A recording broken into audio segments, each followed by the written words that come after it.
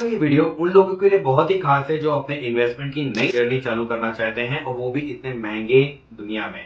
तो बिना देरी के हम चालू करते हैं। मैं आपके साथ डिस्कस करूंगा 8 पॉइंट और जो 8वां पॉइंट है उसको आप बिल्कुल से मिस मत करिएगा क्योंकि ये जो है वो मेरे दिल के बहुत ज्यादा करीब है। तो ये जो पॉइंट है ये मैंने खुद से बनाए हैं, आप इसको बहुत ध्यान से सुनिएगा। सबसे पहला पॉइंट, छोटी एसआईपी के साथ चालू करें। क्या होता है कि जब कभी भी नए इन्वेस्टर्स इन्वेस्टमेंट के लिए अपॉर्चुनिटीज ढूंढते हैं तो वो सोचते हैं कि हम बल्क में इन्वेस्टमेंट करें, बहुत ज्यादा इन्वेस्टमेंट करें। तो ये धारणा जो है वो थोड़ी सी मैं आपको माइंडसेट गलत बताता हूँ। ये मैं बोलूंगा कि आप अपनी छोटी छोटी एसआईपी के साथ इन्वेस्टमेंट करें।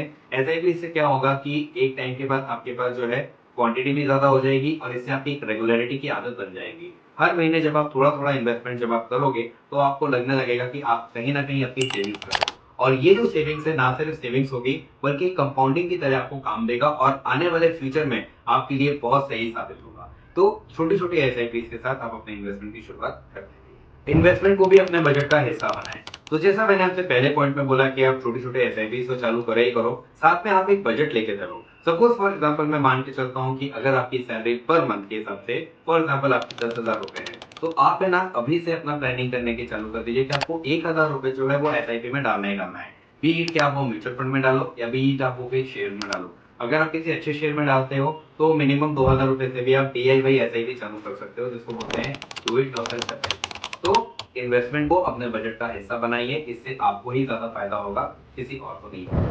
इन्वेस्टमेंट को ऑटोमेटेड करें। तो जैसा कि अब मैंने आपसे बोला है अभी कि आप इन्वेस्टमेंट को जो है वो अपने बजट का हिस्सा तो बनाए ही बनाए, साथ में आप हर महीने कुछ थोड़ी थोड़ी सी जो एसआईपी की जो मनी है उसको आप एक अपने हिस्सा बना के रखें, ऑटोमेटेड करें। क्या है कि अगर आपने डिसाइड किया है कि आपको 1,000 रुपए हर मंथ आपको इन्वेस्टमेंट करना ही करना है तो उसको ऑटोमेटेड कर दें। ये बेस्ट तरीका है कि ऑटोमेटिकली आपकी हर मंथ जो है एक पर्टिकुलर डेट को आपकी एसआईपी कट जाएगी। तो इससे क्या होगा कि आपको देखने की जरूरत भी नहीं पड़ेगी और वो ऑटोमेटिकली आपकी सैलरी अकाउंट से कट जाएगा। आप बस आपको ये इंश्योर करना है कि 1 तारीख को जैसे ही आपकी सैलरी आती है तो वहां पे आपको उतना अमाउंट रखना है जितने की आपने एसआईपी चालू करने वाले हो। भले ही मैंने आपको जैसे बताया कि स्टॉक में या भले ही आप किसी म्यूचुअल फंड में आप चालू करें। तो अब इससे आता है हमारा 4th पॉइंट, इमोशंस को कंट्रोल करें। क्या होता है कि जब कभी भी मार्केट गिरता है, स्पेशली जो अभी की करंट सिचुएशन करंट मार्केट में चल रही है ना, उससे क्या होता है कि काफी सारे इन्वेस्टर्स जो है वो डर जाते हैं। डरने का मतलब कि उनको लगने लगता है कि उनका डिसीजन गलत हो गया या वो क्या करें, या फिर ये सिचुएशन को हम थोड़ा ऐसे पॉइंट पे भी ले जाते हैं कि जब मार्केट काफी ज्यादा ऊपर चला जाता है। तो क्या होता है ना कि जब कभी भी सिचुएशंस ऐसी क्रिएट हो जाती है तो लोगों को वहां पे डर लगने लग जाता है। तो ऐसे में क्या करना है, आपको अपने इमोशंस को कंट्रोल रखना है, स्पेशली जब मार्केट आपका अनफेवरेबल कंडीशन में जा रहा है, जब मार्केट नीचे जा रहा है। आप ये मान के चलिए कि अगर मार्केट नीचे है तो ये आपके लिए एक बेस्ट अपॉर्चुनिटी है जब आपको कोई भी चीज कम प्राइस में मिल सकती है। इसका बेस्ट एग्जांपल मैं आपको बताता हूँ। अभी हम दिवाली सीजन आने वाला है, हम दिवाली की शॉपिंग कर रहे हैं, हमें पता है कि काफी सारे प्रोडक्ट जो है वो हमें सस्ते दाम में मिलेंगे। तो ऐसे में आप क्या करोगे, आप ज्यादा से ज्यादा अपॉर्चुनिटी उठाओगे कि आपको कोई अगर इलेक्ट्रॉनिक का सामान है या फिर आप किसी ऑटोमोबाइल शोरूम पे ऑटोमोबाइल खरीदने जाते हो तो आपको वो कम प्राइस में मिलेगी कंपेयर टू कि इसका जब सीजन नहीं होता तब आपको थोड़े महंगे प्राइस में मिलती है। तो इस अपॉर्चुनिटी का फायदा उठाएं और इमोशंस को हमेशा कंट्रोल करें। और याद रखिए, अगर आपको नेगेटिव फीलिंग थोड़ी सी भी आ रही है तो आप अपने कोई भी कंसल्टेंट से सलाह मशवरा लेकर के आप अपने इमोशंस को कंट्रोल करने की कोशिश करिए। वो भी आई एम श्योर आपको इस टाइम पे अच्छी एडवाइस देंगे, और कोई नहीं हो तो मैं तो हूं ही, आप मेरे से कमेंट बॉक्स में कनेक्ट हो सकते हो। तो ये आप हमेशा ध्यान रखिए कि आपको अपने इमोशंस पे कंट्रोल रखना है और अपनी एसआईपी को चालू रखना है जब तक आपने अपना मन बनाया है। एक डिसिप्लिन वे में आपको चालू ही रखना है। ठीक है, ये हमारा 4th पॉइंट था। अब हम आते हैं हमारे 5th पॉइंट, हमेशा इमरजेंसी फंड्स तैयार रखें। अब क्या होता है ना कि जब कभी भी आपने अपने इन्वेस्टमेंट की तो यहाँ पे आदत चालू कर दी, अब आपका इन्वेस्टमेंट भी जा रहा है, सब कुछ ठीक ठाक चल रहा है, लेकिन इससे उपरांत आपको अपने इमरजेंसी फंड्स की भी जरूरत हमेशा रखनी है। तो मैं आपको यहाँ पे एक एडवाइस दूंगा, आप कभी भी है ना जब अपने इन्वेस्टमेंट की शुरुआत करें तो एक इन्वेस्टमेंट हमेशा ऐसा रखें जहां से आपको लिक्विडेशन मिल सके। लिक्विडेशन का मतलब ये कि अगर आप उससे थोड़ा सा कभी एक्सिट हो जाते हैं तो आपके पास इतना फंड्स होना चाहिए कि आपकी जरूरत की चीज पूरी हो जानी चाहिए, क्योंकि लाइफ अनसर्टेन है, जॉब अनसर्टेन है, कभी ना कभी आपकी अगर किसी वजह से जॉब स्विच करना पड़े या फिर अगर आपको अपना मन बना लिया है कि आपको कुछ और करना है तो उसके लिए आपको हमेशा अपने इमरजेंसी फंड्स की रिक्वायरमेंट तो रहेगी ही रहेगी। तो आप हमेशा अपने इमरजेंसी फंड्स को तैयार रखें, लेकिन अपने एसआईपी को कंटिन्यू रखें, अपने इन्वेस्टमेंट प्लान को कंटिन्यू रखें बिना उसको डिस्टर्ब करें, क्योंकि ये आपकी आदत जो है वो आगे जाके कंपाउंडिंग होके कब आप ही को बेनिफिट दे दे कि आप ही को नहीं पता। तो ये मैं आपसे बोलूंगा कि आप अपने इमरजेंसी फंड्स की आदत को हमेशा बरकरार रखें, इन्वेस्टमेंट्स की आदत को बरकरार रखें और हमेशा साइड में एक अमाउंट रखें। अब मैं एग्जांपल बताता हूँ कि अगर आपकी सैलरी वही 10,000 में लेता हूँ और अगर मैंने मान के चला कि आपका पर मंथ का खर्चा अगर सपोज 5,000 है, आपने 1,000 रुपए आपने इन्वेस्टमेंट के लिए डाल लिए अलग से, तो हमेशा याद रखिए कि 1,000 रुपए और एक्स्ट्रा आप अपने पास रखिए ताकि आपको इमरजेंसी में कभी भी काम आ सके, क्योंकि यही 1,000 रुपए आपको इमरजेंसी में कभी ना कभी काम आते हैं। तो ये तो मैं मिनिमम बता रहा हूँ, मैक्सिमम तो आपको जितना रखना हो आप रख सकते हो। आप एक नए इन्वेस्टर हो और आपको गाइडेंस देने के लिए तो मैं हमेशा हूँ ही हूँ, तो मैं आपको हमेशा से हेल्प करूँ। छठवां पॉइंट है डाइवर्सिफाई करना। तो फिफ्थ पॉइंट में जो मैंने आपको इमरजेंसी फंड्स की बात करी थी ना, अब यहाँ पे मैं उसको इलेबोरेट करके आपको बताता हूँ। डाइवर्सिफाई करने का मतलब क्या है कि आप हमेशा अपने फंड्स को जो है वो अलग अलग फाइनेंशियल इंस्ट्रूमेंट्स में डाल के रखिएगा। फॉर एग्जांपल अगर आपने शेयर में अपनी इन्वेस्टमेंट चालू करी है तो कुछ पार्ट आप म्यूचुअल फंड्स में जरूर से रखिएगा। म्यूचुअल फंड में आदत चालू करी है तो कुछ फंड्स आप लिक्विड फंड्स में जरूर से करिएगा, क्योंकि ये लिक्विड फंड्स जो है वो आपको कभी ना कभी इमरजेंसी फंड्स में हमेशा काम आएंगे।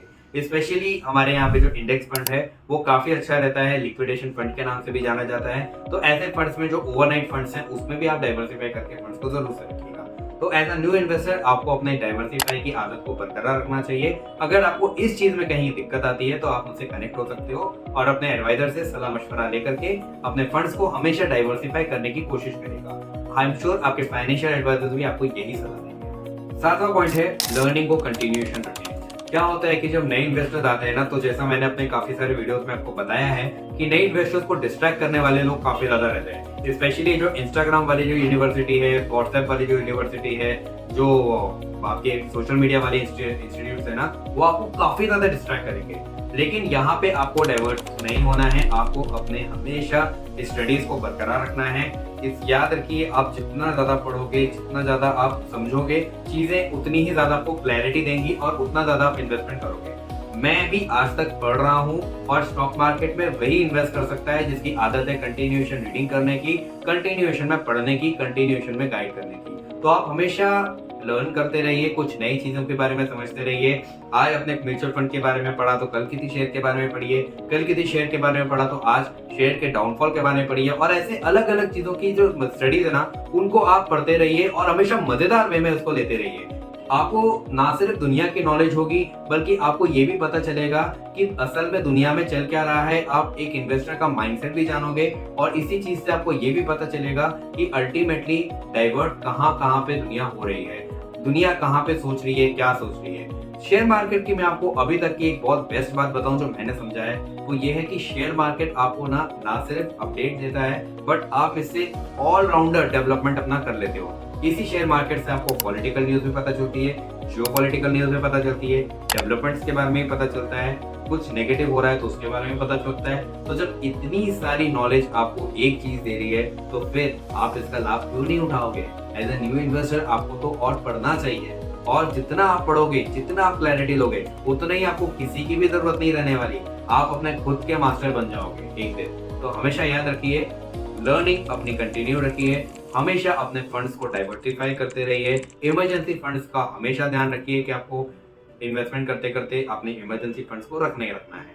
तो ये अभी तक के पॉइंट की समरी थी। अब मैं आपको 8 पॉइंट समझाने जा रहा हूँ और ये पॉइंट मेरे दिल के बहुत करीब है। ये है डिसिप्लिन को बनाए रखिए। क्या होता है ना कि जब आप इतने सारी चीजों से गुजर रहे हो ना, तो आपको क्या रहेगा कि एक पॉइंट ऐसा आएगा जब आपको लगेगा कि अरे यार इन्वेस्टमेंट नहीं करना, मुझे हो गया, मैंने जितना करना था कर लिया। नहीं, आप हमेशा अपना डिसिप्लिन वे में इन्वेस्टमेंट करिए। अपना एक गोल प्लान बनाइए कि आपको इतने साल तक इन्वेस्टमेंट करना ही करना है। आप क्योंकि न्यू इन्वेस्टर हो, आप अभी अभी नए जॉब में आए हो सकता है जब आपने नया इन्वेस्टमेंट चालू कर किया हो तब आपकी एज कुछ रफली अराउंड 25 से 35 के बीच में होगी। और अगर आपकी 25 की एज है तो आप आगे जाके मैरिज करोगे ही करोगे। उसके बाद आगे जाके आप अपने बच्चों के लिए पढ़ाई वढ़ाई देखोगे। तो उसके लिए आप फंड्स कहाँ से लाओगे, क्योंकि आजकल तो सैलरी भी आपको पनीर के भाव में मिलती है और आपके खर्चे जो है वो इतने ज्यादा हो जाते हैं। तो उस टाइम पे आपको क्या करना है, अपने इमरजेंसी फंड्स को तो रखना ही रखना है, साथ में आपको डिसिप्लिन बनाए रखना है और हमेशा अपने माइंड में एक चीज बना के रखनी है कि आज जो मैं करूंगा वो मेरे लिए कल बेहतर बनाएगा। आज का इन्वेस्टमेंट, कल का फ्यूचर। हमेशा ये चीज को ध्यान में रखिए, हमेशा ये चीज से बने रहिए और हमेशा अपने इन्वेस्टमेंट की शुरुआत करते रहिए। हमेशा अच्छे फंड्स में पैसा डालिए, पढ़ते रहिए, हमेशा इन्वेस्टमेंट के ऑप्शंस को ढूंढते रहिए। इससे क्या होगा, अगर आप सिर्फ एक ही फंड में अटकोगे तो उससे ना कि सिर्फ आपका पैसा अटकेगा बट आपको क्लैरिटी भी नहीं देगा। तो हमेशा इन्वेस्टमेंट करिए, इवॉल्व करिए, ग्रो करते रहिए, लर्न करते रहिए। इसी के साथ आप हमारा चैनल भी देखते रहिए और इस वीडियो को देखने के लिए मैं आप सभी को थैंक्स फॉर वॉचिंग।